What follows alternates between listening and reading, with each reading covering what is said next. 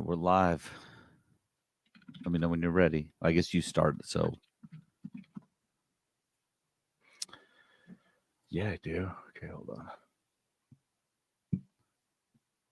on. Notes on this.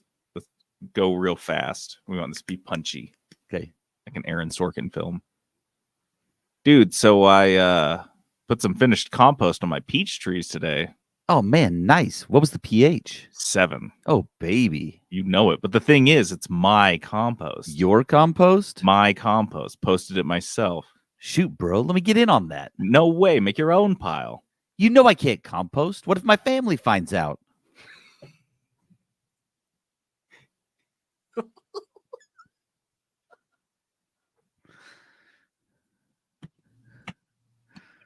Why was it so funny to me? You just logged into the 3-Bit Compost Show. Welcome to the 3-Bit Gamer Show. I'm JD. This is PHerson. And don't tell his family, you guys. Guys, like no one can know. It's not just like my wife. It's the whole family. They can't. They will freak out. Quick story. I tried to do some compost down in the backyard. Everyone smelled it immediately, got pissed at me. So like they just went out there as a family and I got caught. pile. I got caught. So now I got to compost at other people's places. You guys be thoughtful and send Peterson some compost. Okay, also, but please don't, for real. Just go shit on Peterson's doors. Here's your compost, you bastard. Take a jump on my doorstep. Live from the 3-Bit Gamer Show. The news. All right. Our news this week is brought to us by the American Cookie Empire. Crave cookies. Whoop, whoop, whoop, whoop. Yeah, dude, I want to get some like really epic like trumpet music that plays. Like some Roman emperor has just stepped out of his house. That's what I want when we announce. Well, I mean, they're not Roman cookies, JD. They're American cookies. So I don't understand. Oh, I get those two mixed up all the time. Crave Cookies is this cookie shop here in America. You go to cravecookies.com. You can see they have a rotating cookie menu, a new 4 cookies every week, and the 5th cookie every month. Oh, it's brilliant. And I like how this segment has become basically JD finding out what cookies he's baking next week. This is how he learns. This is how I find out when you guys do now. Like, this is it. This is actually kind of fun. To be fair, he could go ahead and look. But I don't like spoilies. No spoilies. As a baker, you find that spoilers just aren't something that you're into. You don't want anything spoiled. That's true. No. Cookies are bad cookies. You want it fresh. And what's coming up fresh starting Friday. So you can see what this week's. You go to cravecookies.com, you can see this week's menu. But if you want to know what's coming out on Friday, because you're like, that menu isn't my jam. What you guys got? What else you got? We've got. What else you got? The Brookie. Well, the Twix is the monthly, so some more Twix, which is great. What else you got? Brookie. What else you got? Cinnamoroll Pop-Tart. What else you got? PB chocolate chip with semi-sweet. What else you got? Cupcake. What else you got? It's just that. Doesn't Aaron do that on The Office? I don't know. But cupcake sounds amazing. I don't know what that is, but I hope it has like funfetti. Yeah, stuff going on in there. Peanut butter chocolate chip, but with semi-sweet chips also sounds delicious. Jenna's gonna freak about that. And then the Cinnamoroll Pop-Tart, which if you guys didn't know, I'm pretty sure the Pop-Tart cookies all have like I just throw Pop-Tarts, like full boxes full of Pop-Tarts in the dough. So it's just in there. You don't like crunch them up beforehand, or like the mixer crunches them up? No, the mixer just does it for me. I don't bother with mixing most stuff up. I'm like, yeah, that giant machine will do it. Because I want to see you just grabbing a handful of, like, okay, you got a big bowl of crunched up Pop-Tarts. You grab a handful, toss it in the mixer. Other handful, just shove it in your face. So I was breaking up graham crackers, and I was pulling out like the huge brick of them from the sleeve. Mhm. And the first one, I was like, because it's like crush these up with your hands because we don't want them in crumbs. We want them in pieces. Yeah, Because chunks. Yeah. we can buy crumbs, but yeah, no, they wanted chunks. So the first one, I'm like, well, let's see what happens because they're like, crush them with a cup, and I was like, I don't need no cup. And so I grab them and I just grip them, and dude, I was like fucking a character in Invincible, just squishing someone's head. I was just like squishing it. Yeah, and I was like, this is the coolest feeling ever. And then I got way over enthusiastic, and one of them exploded and just just graham crackers went fucking everywhere. Just like in Invincible. Just like in Invincible. Yes, just like viscera everywhere. Yeah, I was really glad I was working alone and no one saw me getting like superheroed out on like, look how strong I am. These graham crackers fall before me. There's some old lady that's in the store like, excuse me, sir. Cookies. Like, what? Smashes them. You should try it sometime, guys. Just put on gloves and just crush a whole brick of graham crackers. You will feel pretty strong. And then go to Crave Cookies. Oh, yeah. I forget. Sometimes we get carried away. Get And by sometimes, I mean every week. Trent gets his money's worth out of this one.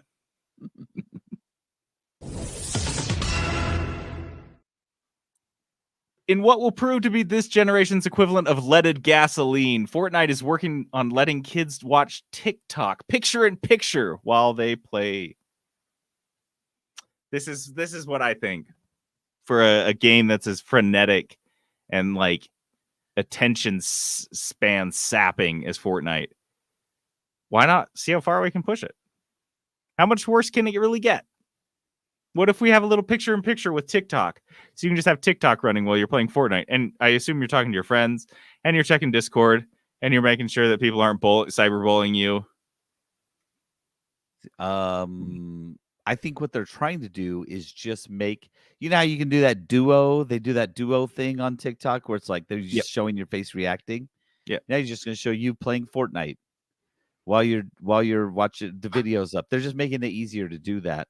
But also, I have a theory. This was made by some developer who's about my age. Yeah. Who was like, Dan, these kids are so good. They're so good. I can't beat them. You know what can make me beat them?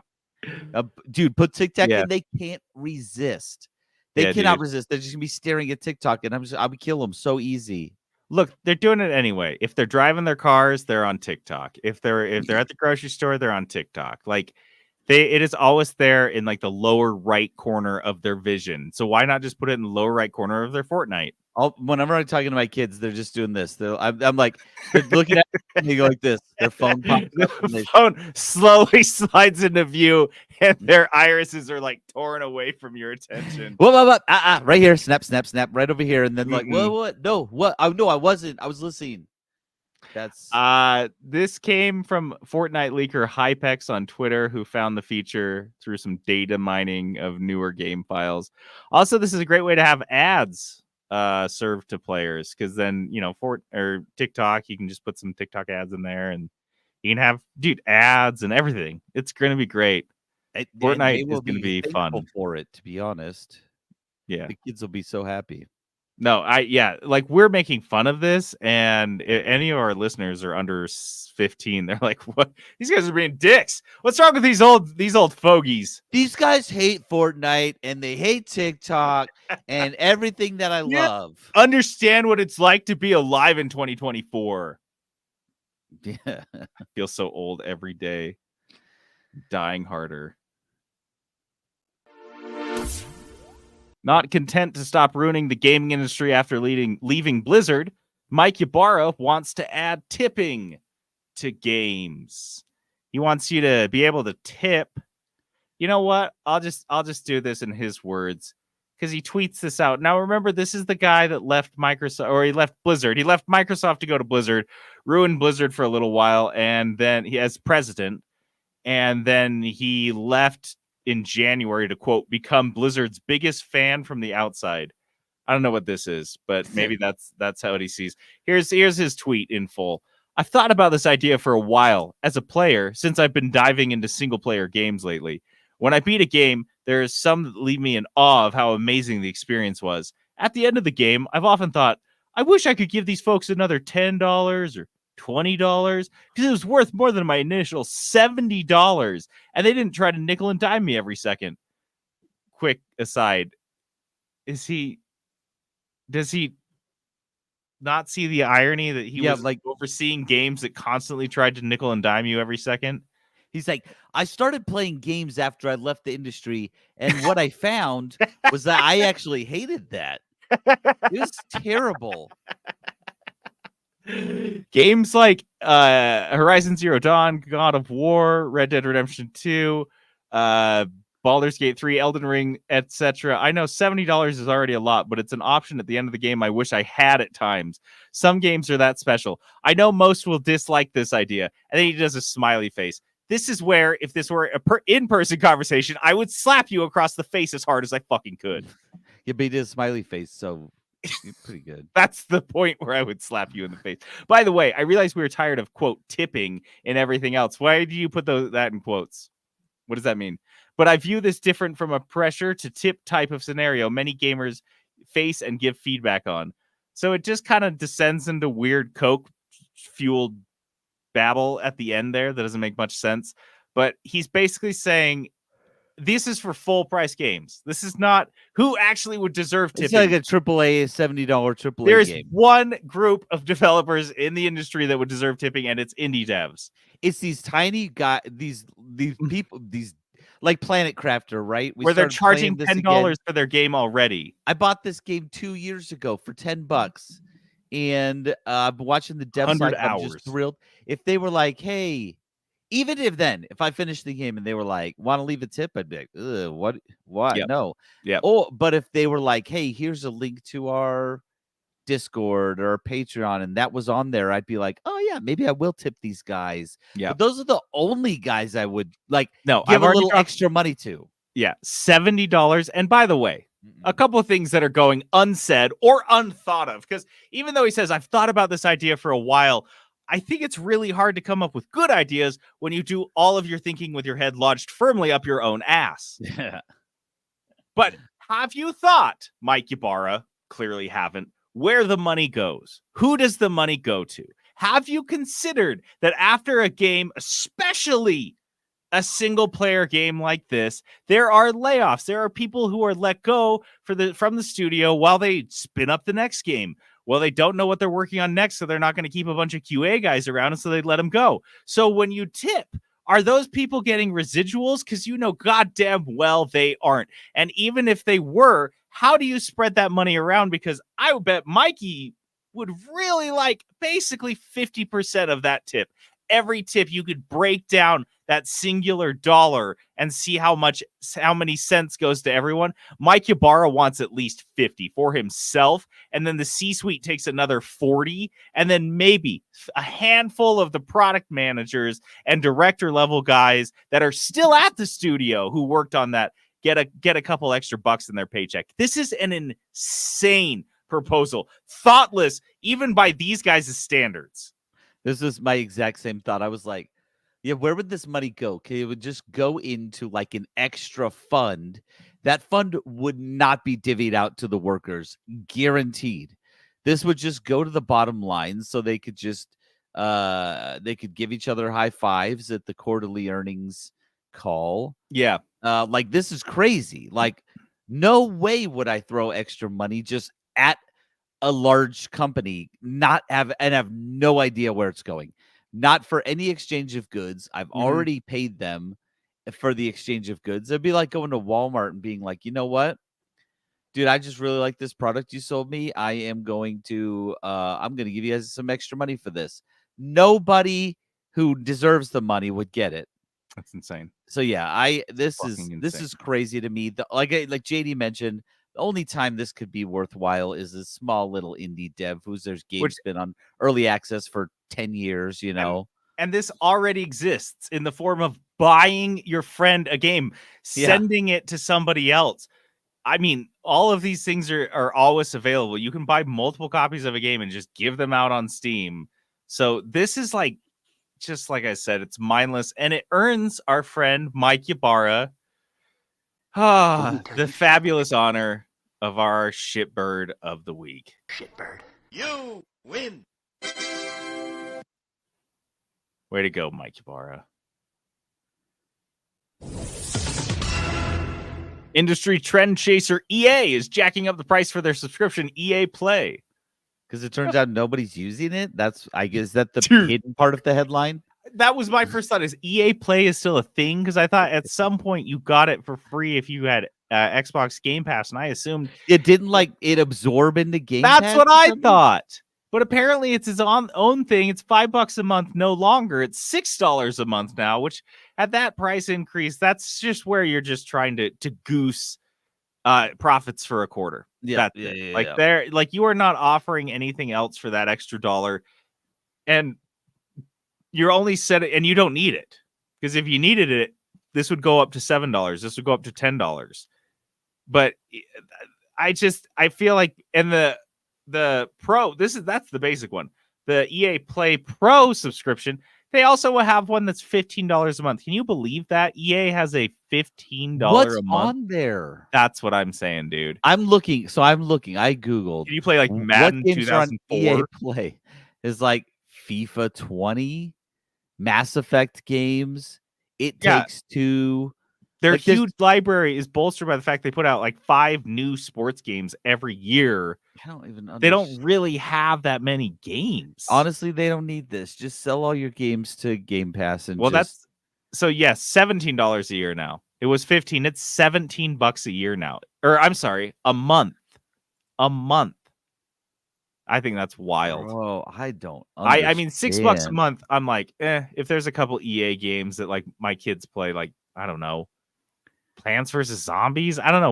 What is an EA game? Is that an EA game? I don't know. I think it is Jedi Survivor. Oh, okay. Yeah, my kid just binges Squadrons. Jedi Survivor over. I don't know. It's just crazy. Yeah. This is a cash grab for sure. This is a stupid cash grab. PS PlayStation Plus went from $60 to $80 a year last August, if you remember. And then, of course, you guys know Netflix and a handful of other subscription models just keep like testing the waters. But instead of like a toe in the water, they just like jump in. They're like, yeah, everyone likes it. This seems fine. So I imagine we'll see a lot more of these. I'm sure Ubisoft will be next. I bet Ubisoft increases their Uplay subscription. Oh, there's no end to what subscriptions are going to go up by $1 or $2, just like regularly. Yeah. And then, I mean, Game Pass has got to start jacking up because they don't have any other moves. They can't go buy.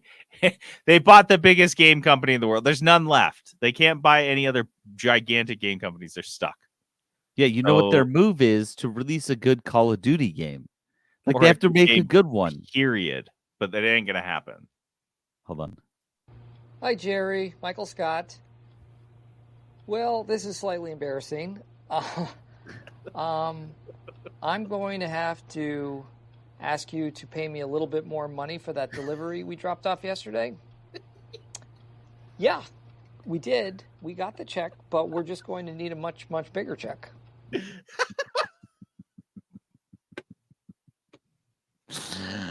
We're just going to need a much, much bigger check.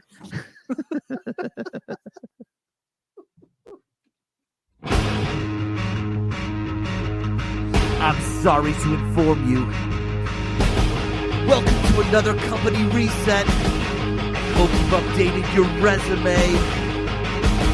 'Cause you've just been laid off.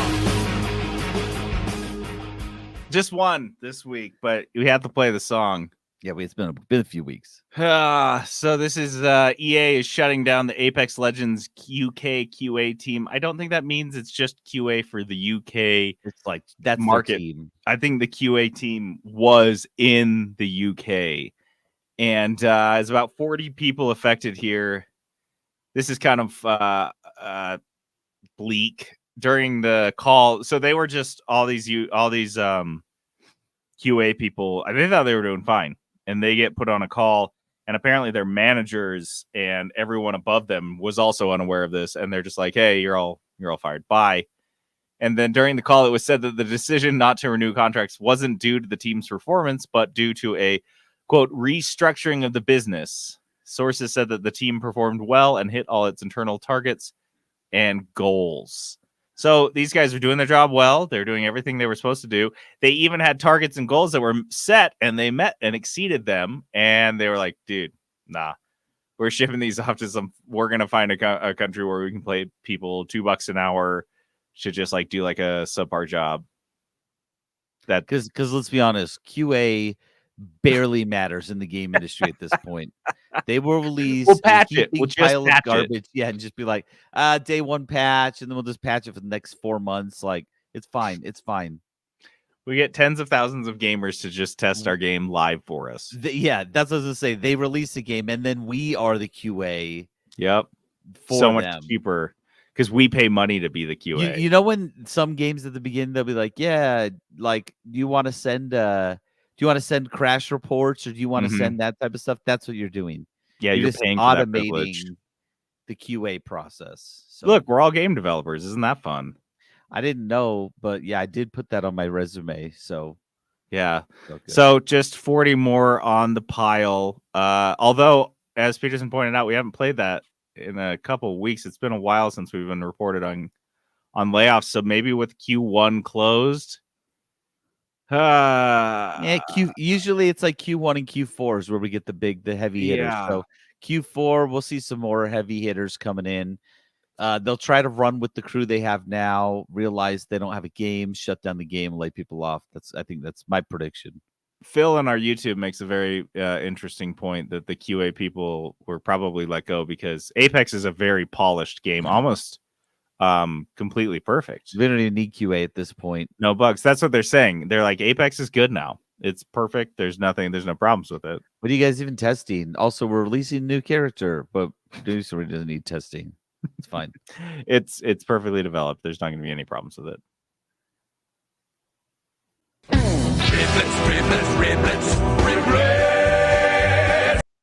All right, riblets are these meat chunks of news.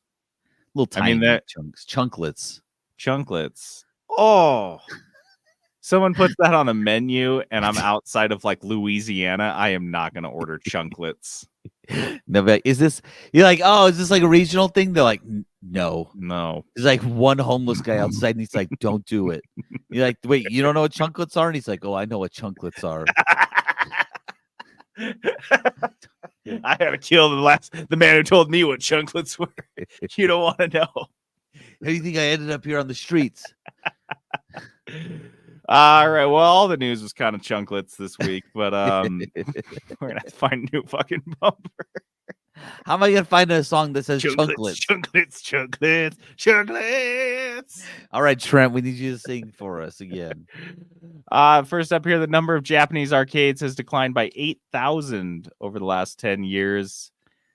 This is just kind of a minor thing. It's not like either of us are big Japanese arcade goers. I don't go to Japan that often. I'm rarely there, honestly. Like, not never. Like sometimes I go to Japan. Not often am I in a Japanese arcade, but tax hikes, coin exchange fees, and electricity rate hikes have all led to. This article also mentioned that claw games seem to be like the slot machines of Japanese arcades, if I'm reading this correctly. So there's interesting, like pinball and all sorts of other fun shit, but everyone really goes in to play the claw games to win like plushies and shit. Or I don't know. I don't fucking know. But I'm going to choose to believe that because that's awesome. But apparently what's happened is like slot machines in Nevada, they're everywhere. And that's what's driven down the reason to go, because you're like, oh, I can get a slot machine at the convenience store, or a claw machine at the convenience store, so I don't need to go to the arcade. But also, let's be honest, this is Japan, so this is not just a normal claw machine, okay? There's probably like a small child or like an anime-looking girl, or like a that's dog being controlled, red into the shape of a cube. Yeah, and then it drops down, and they're just like grab it for you, and then drop it down. Like you're actually they're just like on a bungee cord, and you're controlling them. That's probably one like that. Yeah, and then there's probably I can't even imagine. I don't, but I know that I promise you. I'm just gonna Google it. Japanese claw machines. I guarantee they're crazy. There's one that turns into a transformer and carries you home if you win. You just write it. Oh Like a mech. man. Yeah, these are just Google Japanese claw machines. Most of these are not normal claw machines. They are like some wild. They call claw them machine game. crane machines or crane games. Crane games is what the article called them. I don't know what I don't Crane know. game. Yeah. So someone figure that out. Someone go to Tokyo for us. One of our Tokyo listeners, can you fill us in on what's happening? Arigato. Thanks. I do speak CD Japanese. Projekt Red says Witcher 4 will be a quintuple A game. Quinte game. Is it quintuple? Yeah, that's 5. So my question here is, this is just a joke. This is a bullshit story. This is obviously a chunklet story, but CD Projekt Red's investor relations vice president Carolina Noss was on a financial Q&A, and somebody asked a cheeky question about reassessing the studio's stance on AAA game branding following Ubisoft CEO Yi Guillermo's comments about how the new, what was it, Skull and Bones, he said was going to be a quadruple A Yeah, game? well, quadruple A. Oh my god. And so Carolina takes the easy win and just says that, oh, ours is going to be quintuple A. It's an arms race at this point. Here's what I want to know though, and I couldn't figure it out in the article, and I guess I don't know. Maybe it's a translation thing. Now, Did she say quintuple, or did she say a 5A game? Did she say a game? What did she say? Probably. So I don't know. I want to know. That's what I was most curious about this. How did she? It's a 5A game. A 5A game? I don't know. Isn't but I do like. Isn't that the agricultural students association or something? 4-H. I think it's 5A. Agriculture. Aggies. There's 5 A's in there. I'm pretty sure. Then 3 more things that start with A. Yeah, aeration. I think is one of them. I don't know what that is. You're doing asparagus is in there. Oh yeah. Oh yeah. Oh, and alfalfa. That's it. That's what it is. I think we got them all. Agriculture, Aggies, asparagus, alfalfa, and aeration. We got it. It's a weird organization. I never understood it. In rural high schools are all about these absolute freaks. I did want the jacket though. It's pretty sweet. Ubisoft has started revoking licenses for 2014's The Crew. This was like driver's licenses.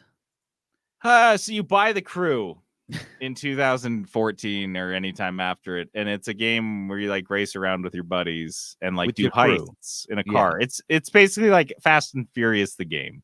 Yep. And it came out in 2014. Apparently people are still playing it. They released The Crew 2. They didn't want you to play The Crew anymore, and then finally they're just like, you can't play it anymore. I don't know if they've like shut down the servers or if they're just like saying you can't play it. But the people that are kind of griping about this, if you look on the box, even like the hard copy, because back in 2014 they were still selling hard copies of games, it says internet required like on there. Like, you got to know, I'm all about game preservation and keeping these things up and all this stuff.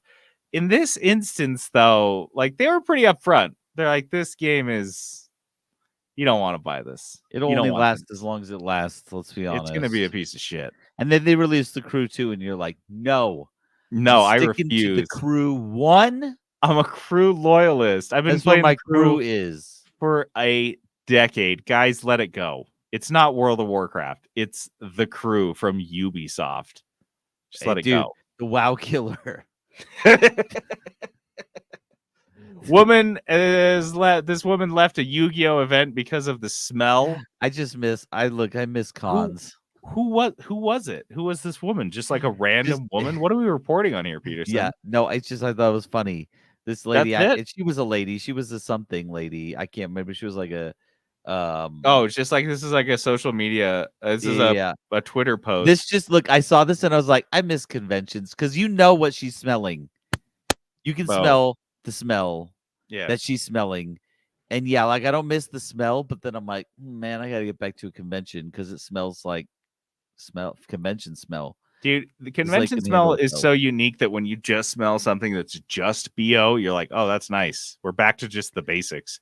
You go Like, outside and you're like, oh, this is great. It just smells like onions out here. it just smells like onions and the smokers. So you get a little vape pen, you get some cigarette smoke, you get onions. But I mean, when you get in there and it's the BO, it's the onions. And then for me, what my nose picks out and is always the most offensive is the dirty clothes smell. And we're not talking like, oh, I picked up a shirt off my floor and put it on. I'm talking you been wearing that shirt and sleeping in that shirt for a couple days. And it's been a little while. I know what you're talking about. It's like the oily. That's what gets me. It's like it smells like a cockroaches. It smells like you have a fucking cockroach infestation. I legitimately don't know what that smells like. I but learned what that smells like from my food handler safety training. Did they like send you to a cockroach room? No, Like, they quizzed me on it, and I just had to guess. And you're like, okay, I know what it smells like. So I went to this convention one time, and there was like a bunch of very Smell large exactly of dudes. cockroaches That's the smell. everywhere. I think one of them had a squished cockroach on the shirt Fat still. butt cracks and cockroaches. That's what it was like. Can't wait to go back to SaltCon. Kudos. Kudos. Kudos. Kudos, positivity segment. Things we like, things we love, something I love. I'll just start on one thing that I didn't talk about last week, other than kind of alluding to it at the end, because I was still really like kind of glowing from the whole experience, and I didn't feel like I'd had enough time to process it. But guys, last weekend was WrestleMania, and you know, they say, oh, it's like the Super Bowl of WWE. It's like the Super Bowl of professional wrestling. It's the culmination of all these different storylines and all this stuff that they've been building to all year. But this one was WrestleMania 40, which in Roman numerals is XL, which I thought was kind of cool. And look, I haven't seen every WrestleMania. I've seen a couple of them. I watched a bunch back. You have Peacock. You can just watch like every WrestleMania, and I've watched a handful of them already. But this was the most like mind-blowing WrestleMania. Just the most mind-blowing like 8 hours of wrestling I've ever watched in my life. Every single match except for one was like just outstanding. The storylines and the development that happened in it was amazing. The spectacle was really cool. Obviously, with everyone coming out and like they're super. It's like you know, in like an anime when they had the season finale when their costumes get cooler and like the shoulders on their costumes get spikier, shit like that. There's way more rivets on their vests. That's like what this was like. This It is was the just so dorkiest thing cool. about you, by the way. Yeah. Because You like, guys, I can't hear. I've been trying to assess because I'm like I've been hearing about this. People are freaking out about Cody Rhodes and Roman Reigns and all this stuff, and I'm listen to like, you. okay, You're halfway there. I'm like, what is going on? And I realized I can't get over this just hump that I have in my brain. That is, there's levels of nerd dork, you know. And like I was pretty dorky. Like I like Star Wars in high school. This is like in the 90s, right? That's not cool. Like Star Wars and Lord of the Rings and all that stuff. Even a tiny bit of Star Trek. But the kids who liked wrestling, no. Like yeah, I could have made fun of those kids. You know what I mean? Like that's like, and now that's kind of where you're heading. And I'm like, I can't get over that. You're just assessing this wrong, though. Because No, this isn't the You're equivalent of like a dorky said hobby. the matches were just outstanding. They're not even real. Like I can't. No, I Okay, can't. so when we talk about The Bachelor, The Yeah, Bachelorette, no, and we that's call them incredible. dates. Yeah. Should we not use that nomenclature because it's not technically a date because they're not really dating. They're just like contestants on a reality TV show. Yeah. Well, no, we can call they are real dates, JD. Roman Reigns was just handed a script and Cody wrote it says It's look at, the exact same fucking thing. no, it's not. You are It's not. suspending disbelief so you can enjoy The Bachelor. I am suspending disbelief so I can enjoy wrestling. And boy, howdy, did I. If you guys are who Peterson, who, by the way, don't worry. If you were a little kid that liked wrestling in little Las worried a little bit. Vegas in, I don't know, the 60s, Peterson was not going to beat you up.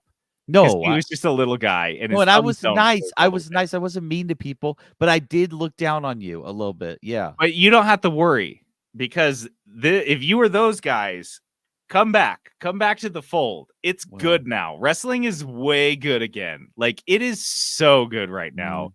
And WrestleMania was just like the pinnacle of all of that.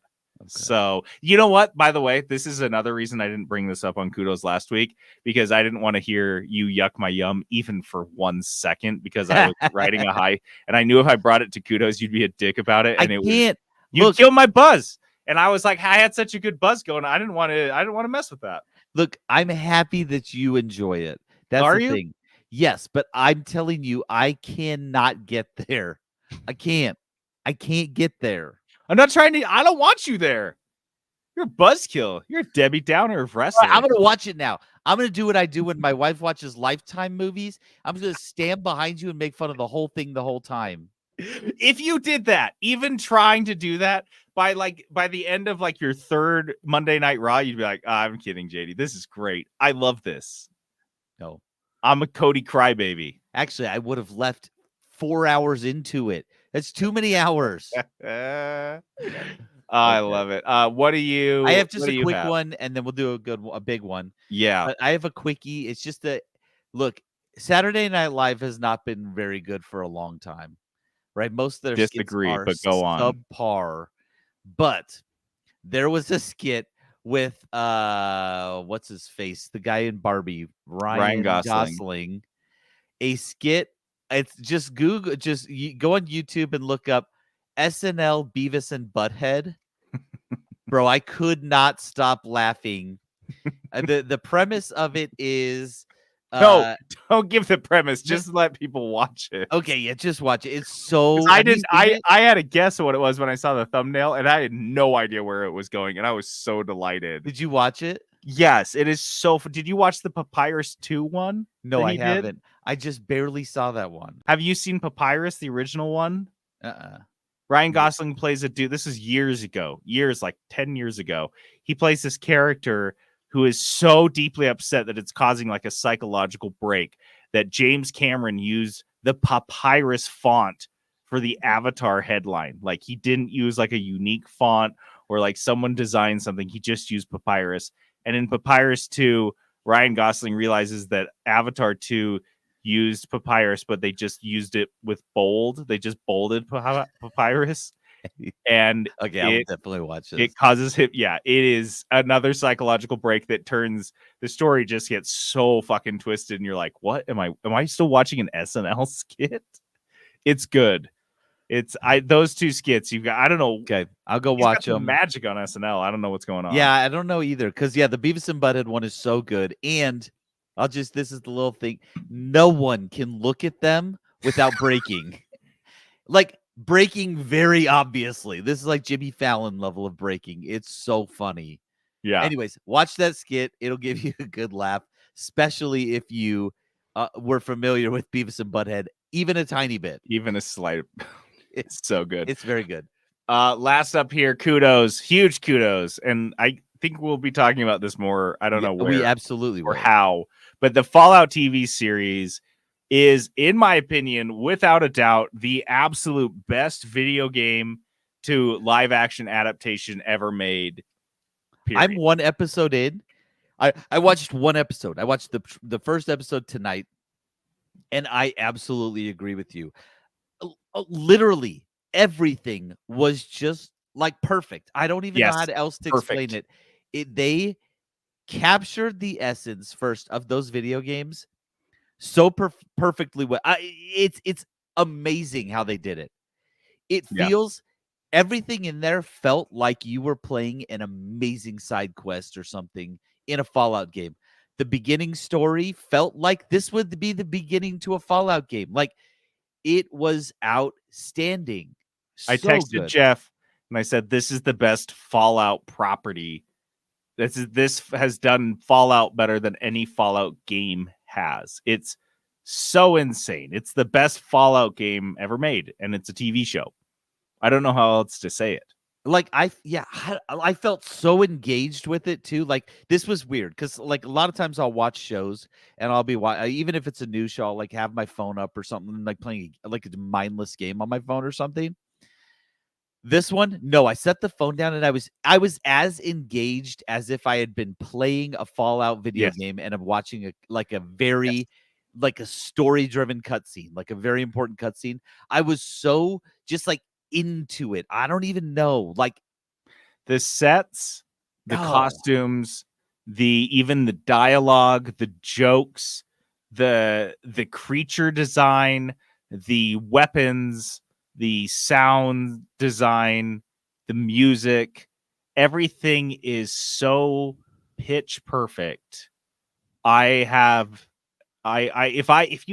I was paid good money to come up with criticisms of it, I don't think I could. they would be Serious so stupid. criticisms. This criticisms would be so stupid. Yeah, I Like, couldn't defend them you'd just be grasping. yeah. I'm episode 4. I'm 4 episodes in and honestly have found nothing wrong with it. And I I love am that. I love that. absolutely in love. There's a few things that are happening where I'm like, oh, I wish that character didn't do this. I wish they didn't do that. But that's what Fallout is. Fallout is a very sick and twisted game set in a post-apocalyptic future. They don't pull their punches. Fallout doesn't, and this Yeah, show and doesn't seem that's like it what does either. this show does, and it is absolutely phenomenal. It's I the can't guy wait that to did watch more. Westworld and his wife. They did Westworld together, Jonathan Nolan and Lisa Joy, and so it's got that level of professionalism, I guess you'd say. They're not fucking rookies. They're not amateurs to making a TV show that really feels like a movie. And that's what this feels like. It is So good. unbelievable. So Fallout TV show is It's on on Amazon Prime. Yeah. Amazon Prime. And I don't know about you guys. I know there's ads on Prime. There wasn't ads on this for me. Yeah, me That neither. tickled me pink. So watch it while there's no ads. Go watch it, please, please, please. If you are a fan of video games at all, this is the one you've been waiting for. Like, it Yeah. feels weird saying that, but this is the one that they have done absolutely right. We have to reward this. And I saw a bunch of stories that the Fallout games now are seeing a huge bump. Not a huge, but like a decent bump. Like, In people are playing them again. people are like, I gotta go play Fallout, which is the best review of this. Usually, I got to get more. I got to get more. I need a little bit more of I this. will say, JD, in all the years we're doing this podcast, every time we talk about movies and TV shows, the one that I have consistently said that I want to see that I think would be amazing It's Fallout. is Fallout. And And they did this it. just makes me feel so good. Warms my stupid heart. I'm so happy. So just absolutely well done. These guys deserve every accolade. I'm not Yes. joking. It's that good. Yeah, go see it or don't go see it. Go watch it on Prime. And I don't know. We've got to do maybe we could do an extra episode and review the whole season. We'll talk at about some the whole point. series. We'll talk about it, 'cause we'll have to talk about it again, I think. So I'm only one episode in, and I'm like, I need so much more of this. Yeah. Yeah, and I imagine with the reception that they are getting to this, because I have seen only good things about this. I'm Mhm. sure they're going to get a lot of views. I've seen a lot of people that have watched it that didn't know it was a video game or based on any of that stuff, and they just like it because they just saw it and they just liked it. It's good. Yeah. So if I imagine if we get another season, I don't know. I think So good. we could get more. We could get more good video game adaptations. All I was thinking of every time I was like, wow, when they were in the vault at the beginning, I'm like, wow, this is exactly what a real life vault, because the vaults in the games are kind of limited. They're smaller and they can't really show you the full scale and scope of them. Yeah. It's a video game, but they looked amazing, and I kept thinking, fucking BioShock, dude. The BioShock show that I think is supposed to be on Netflix. If they do the same like level of quality with that, it is going to be the same idea. People It'll are be gonna outstanding. Outstanding. People are going to be blown away. There was one joke in the first episode, though, that just killed me every time. They kept just casually mentioning doing cousin stuff. Yeah, just having sex with their cousins and the They're like, no, it's okay when you're a teenager when you like fool around with your cousins, but when you're actually trying to have kids, you can't do that with your cousins they practice sex on their cousins in the vault, and it's like totally normalized because they're all related in the vault. They've been there for 200 years, and so every time they just casually made that joke, Yeah. I lost it. It was so funny to me. Yeah. Anyway. No, I'm excited for you to see the next how that develops. So go watch Fallout. Go watch it on Amazon. I don't know. We don't have a thing for this. Trailers. We have a thing for it now. We have a bumper. I don't know why this week a bunch of trailers dropped. We got no news. We got a bunch of trailers. Was it because of the triple I thing or the III? Because some of these seem like they came out of that.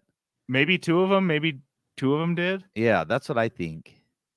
I do know that at least Undermine 2 did, but we'll start with Slay the Spire 2, just because it was the least of these. It was a cinematic teaser trailer that only gave us the date for the early access release. That is probably the most bare bones Give us the year.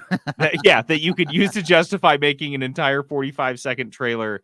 That is pretty thin. I mean, yes, the early access date year. Ugh. The hype around this is pretty funny too, because of course Slay the Spire fans are like fanatic about it, right? We've got like hundreds and hundreds of hours in Slay the Spire. Oh yeah. And so this was pretty funny seeing like people reacting to it. I've got 457 hours. People were like, now my 1,500 hours finally paid off, that sort of thing. Oh my God. They didn't even tip. They didn't even tip. But I know I've bought this at least twice.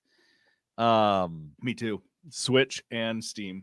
So yeah, like this is like I've given these guys money. And so here's what I got out of this. First off, I did not know that in Slay the Spire there's a few different characters. The one who does all the poison damage, I didn't know that was a girl just wearing a skeleton mask. Oh, that's she like turns to the side and you're like, oh, that's like a young woman. And then also they do just a quick reveal at the end of the characters, because there's three characters. There's just the normal guy, the sword guy that you start with, the poison chick, and then there was a different one, which was looked like a death character with a big scythe thing. Yeah, that's not a character that currently exists in Slay the Spire 1. Which also makes me hope that they release the other characters that are in Slay the Spire original, because I do love the construct, the guy with the orbs. Yeah, the orbs dude is so sick. He's my favorite. But yeah, so that's exciting that there's a new character. That's all the hype. That's it. Slay the Spire 2, new character. We're gonna be slaying spires some more, I guess. In a year. So don't hold your breath on this one. Sometime in 2025, you can hop into the early access. That's what we know. Often just check out the buggy version of our game. Undermine 2 was another one. This one came out of nowhere. I didn't even know they were working on it. Did you? I didn't either. And like, I follow these guys on some social media. I was like, you missed it. This? I got an email because I have been so desperate for more stuff from these dudes, because I was being an idiot, I guess, and thought that they were going to add content to Undermine. I thought we might get a content pack or something, but never happened. And then all of a sudden I got an email that was like Undermine 2. So I think wisely, it may turn out to be that they took all the stuff. They were like, yeah, we put this into a DLC, and they just made a whole entirely new game. Because correct me if you think I'm mistaken, but this really does seem like it is just the first game. They've just added stuff to it. Like, it looks and feels and plays the exact same as the first game. Yeah, it looks like the biggest difference, JD, that got me the most hype for this looks like it has co-op. Oh, it absolutely has co-op. I am so thrilled. We're gonna be playing this quite a bit. Oh my gosh, are you kidding me, dude? Are you Undermine co-op? This is like our game. I didn't even know I wanted that, and then I saw this, and they were both going, and I was like, okay, and I was like thinking through it, and I'm like, this is gonna be dope. How many hours have the two of us? How many different times have we restarted Undermine? And I legit don't even know. and we have never thought of, wouldn't this be fun to play together? Not once. We have played this at the same time while we're on Yes. Discord. While we're chatting and talking about our builds and shit. Like, and we never were like, I wish we could play this together. I don't know. It looks like they just reused the entire bones of the first game. They added co-op. They added more doesn't it look like there's more dialogue and story and like NPC characters? Yeah. Oh, yeah. It looks like, Absolutely. and because in the you're first not, one, it looked like you're in a castle, like Yeah. talking to people in a Yeah. castle and stuff like that. Because in the first one, the only real dialogue is like you're in the little tavern before you go down into the undermine and you just kind of shoot the shit, but you're really just talking to people that are selling you upgrades or unlocks. And so it's not really like their characters as much as they're just like a fancy coat of paint on a skill tree.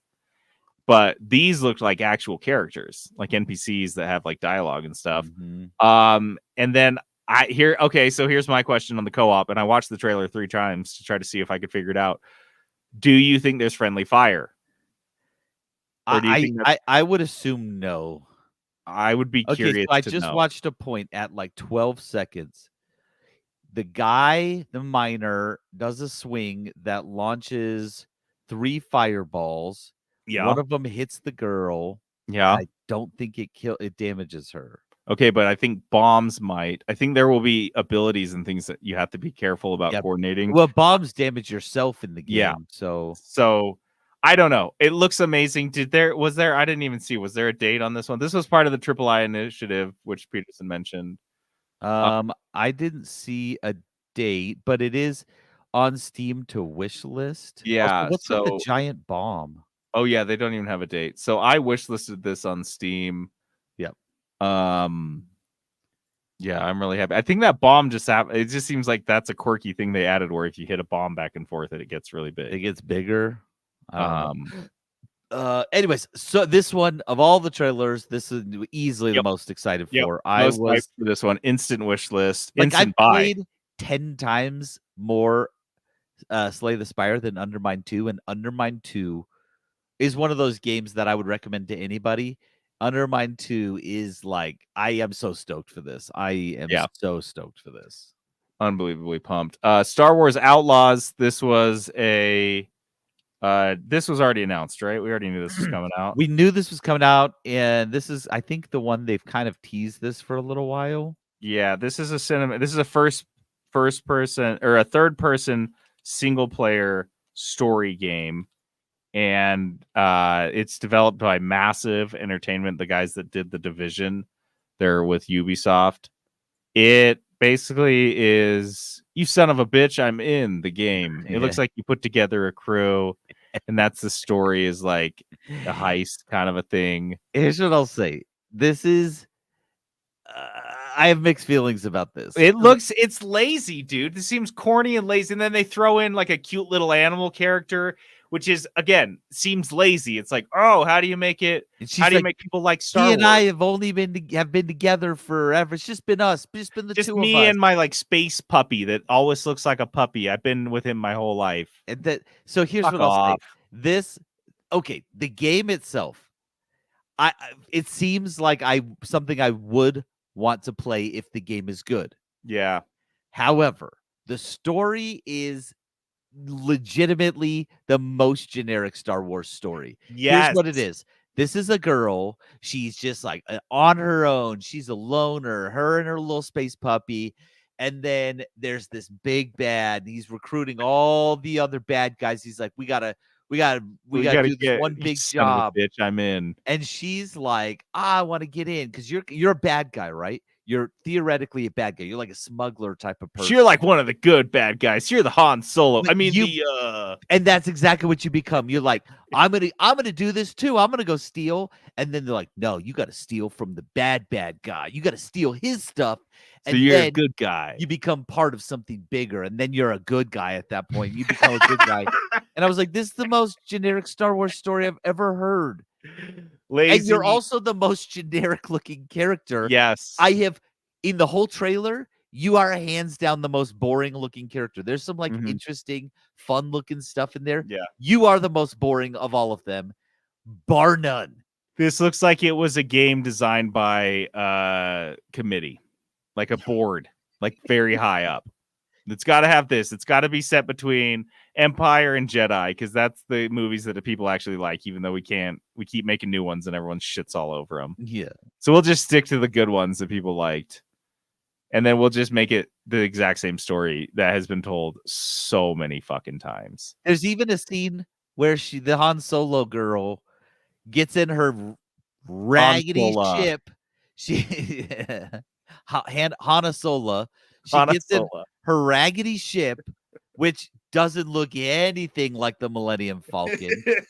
Millennium Falcon is flat But it's and still round. good, even though it looks shitty, This right? one's flat and square, and she can't get it to start. And finally, it starts right as the stormtroopers are shooting her ship, and she barely escapes in the Millennium. I don't know, Vulture, Millennium Centennial Falcona. Vulture. I'm just like It's so generic, and this is what Star Wars keeps doing. Mm-hmm. Gosh, JD, I can't with this character though. I can't. No. Like I just paused the trailer at 2:05. I want you to go to the trailer and just find 2:05 and pause it. She is the stupidest, most generic looking character you can find. I can't. I can't. Like if they were like This designing. is the default on like Fallout 4 Yes, with the character creator. If it's default female, it's like slightly tan with like kind of crimped, layered brown hair with dark eyes. She just looks so plain. And listen, remember, we're in the Star Wars universe where aliens exist. So many aliens. Yeah, the woman she's talking to like 5 seconds before is like a bunch of cool earrings, and she has like a shaved head. Yes, and like a cool costume. She got like the metal piece in her ear. Yeah, right? yeah. But that ain't you, dude. It's so, guys. Okay, again, I will reiterate this. The story looks so stupid, but if executed well, this does look like a game that could be fun to play. And let me know if this changes your mind. With the pre-order bonus, you can receive the Kessler Run bonus pack, including a cosmetic pack for your speeder, a cosmetic for your starship, the Trailblazer. That's what it's called, not the Millennium Falcon. It's the Trailblazer. I'm sorry. That is the stupidest thing I have ever heard. Can we nominate that for Blursty? Name Blursty? I just don't understand what they're naming doing. a spaceship the Trailblazer. Kill me. So yeah, Star Wars Outlaws. And here's the other thing. I was gonna try to look it up, but I don't think I can. Like, where's this game gonna take place? It's just gonna take place at places we've already seen. Yeah, places we already know. Let's play the hits. This is the worst thing. Again, desert planet. Whole gigantic galaxy. You're gonna run into a Skywalker. For sure. Oh, they'll mention it for sure, and you'll be like, "Oh, they'll mention." You're gonna find out that you're a Skywalker. No, they're gonna mention Han Solo at least 10 times. Oh yeah, Chewie's gonna come up. You'll be all sorts of stupid. Because you'll be talking to the Hutts, and they'll be like, "Oh, that's Solo," and you'll be like, you're supposed to be like, that's the guy from that the thing." No, you actually see him in the carbonite, so you know he's gonna come up at least once. Yeah. All right, the last one here is the Rogue Prince of Persia. It's called the Rogue Prince of Persia. Kind of a weird title. Dope looking trailer. This trailer features one of the coolest transitions I've seen from cinematic into gameplay. Goes very seamlessly from this hand-drawn, cool cinematic style, and then it just smoothly switches into gameplay that if you've ever played the roguelike game Dead Cells, you will recognize it immediately because it's made by the same guys that made Dead Cells. Yep. And the gameplay looks exactly the same. The art style is a little bit different. Like I said, it's a like hand drawn, very cartoony. But my God, does this game look fun, beautiful, and just like stylish as hell. Super sexy. It's super funny that they're making this a Prince of Persia game. Because yes, this doesn't look like anything Prince of Persia has ever done, frankly. Besides, it's like a 2D. It looks like the old ones that are like 2D platformers. Yeah. But like this looks very different than anything Prince of Persia property that's ever existed. Yeah. This could be, if done right, and the right guys are doing it, right? The Dead Cells Absolutely. guys are Except doing for it. Ubisoft is, obviously But they're involved. just gonna like tie themselves to it. Right. If done right, this will be the best Prince of Persia game they've ever made. And yeah, I mean this looks like it'd be a good game even if it wasn't Prince of Yeah. Persia. Yeah, it looks like they're just collecting a cool paycheck by making Dead Cells 2 or 3. I don't know, a Dead 2. Cells spinoff. Yeah. And they just Better get a big fat Cells. check from Ubisoft for doing it. And it's going to be good. So I think it's a win all around. This is kind of a cool move. This one looks interesting. This is definitely like a watch game. See how this comes out and does. If this comes out screaming and like people are loving it, because the audience for this game are passionate about Yeah. these types of games. If it comes out screaming, dude, this game is gonna make so much money. What other cool games could you do this with? Like I'm thinking Rockstar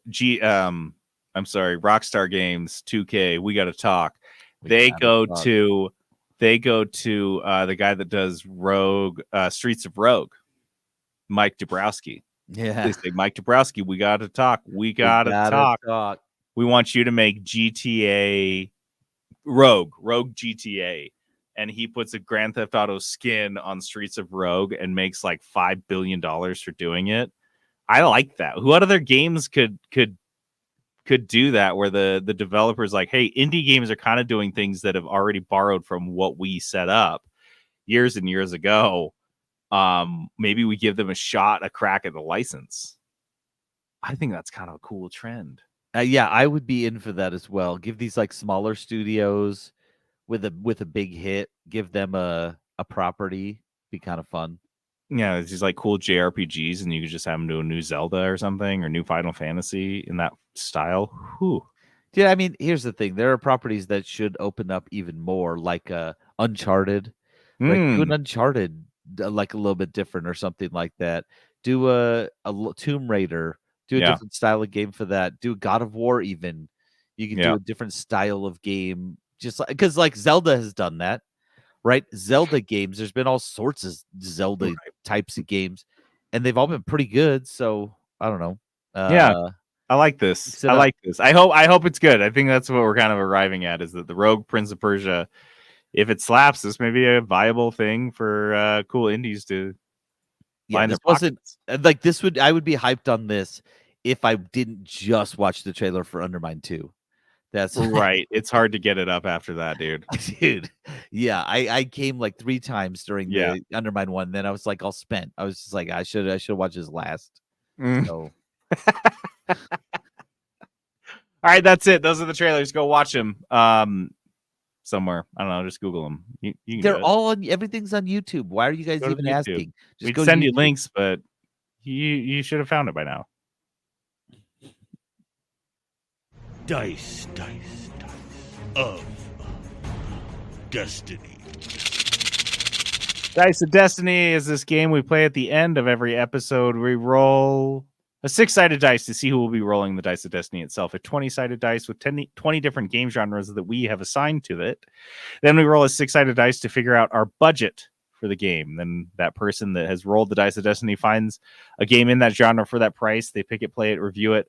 A couple weeks ago, I rolled a $40 rogue-like game. I don't know how we keep hitting these, but I found one. I didn't find it. I already had it. I've already talked about it on this podcast, and I was feeling foolish. I didn't realize this, and I should have picked it, quote unquote, it last week. Absolutely, you should have. Duh!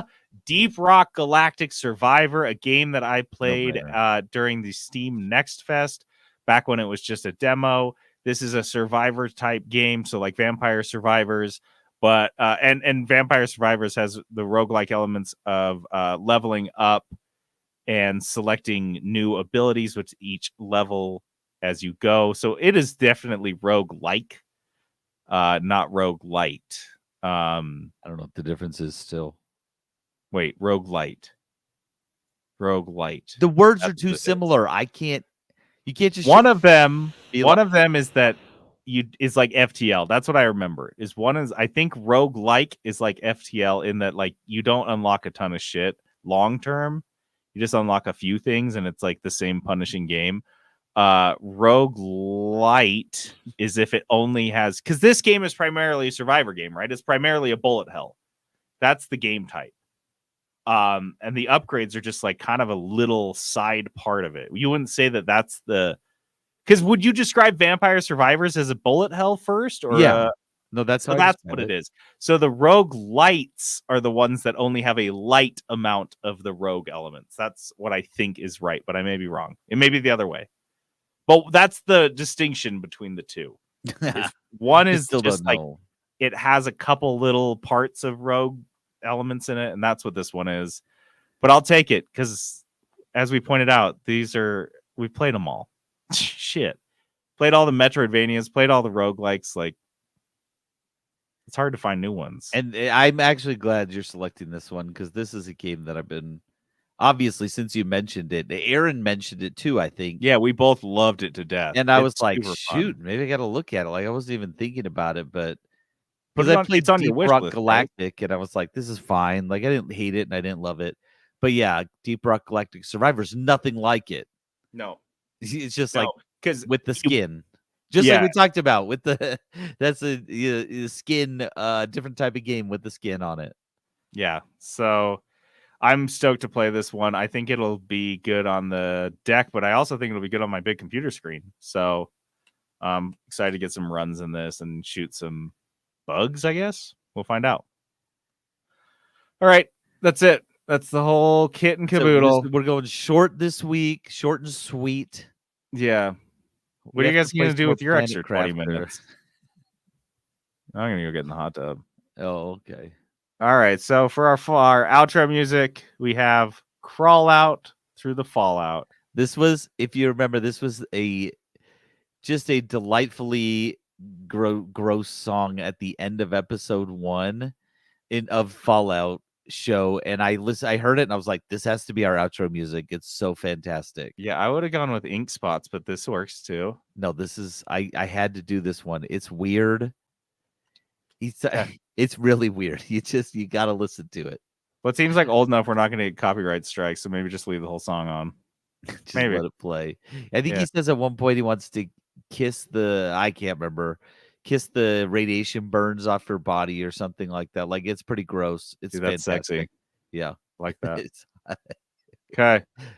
All right. Well, thanks for coming and hanging out with us on this shorty. Thanks to Phil for dropping by on our YouTube, hanging out, guys. We do broadcast most of these on Sunday night.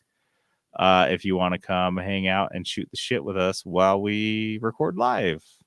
Sometimes there's bloopers. And you get to watch us dance to all the bumpers. we do Just saying. dance. Yeah. So, all right. I'm JD logging off. And this is Peterson going AFK. Thanks for coming, Phil.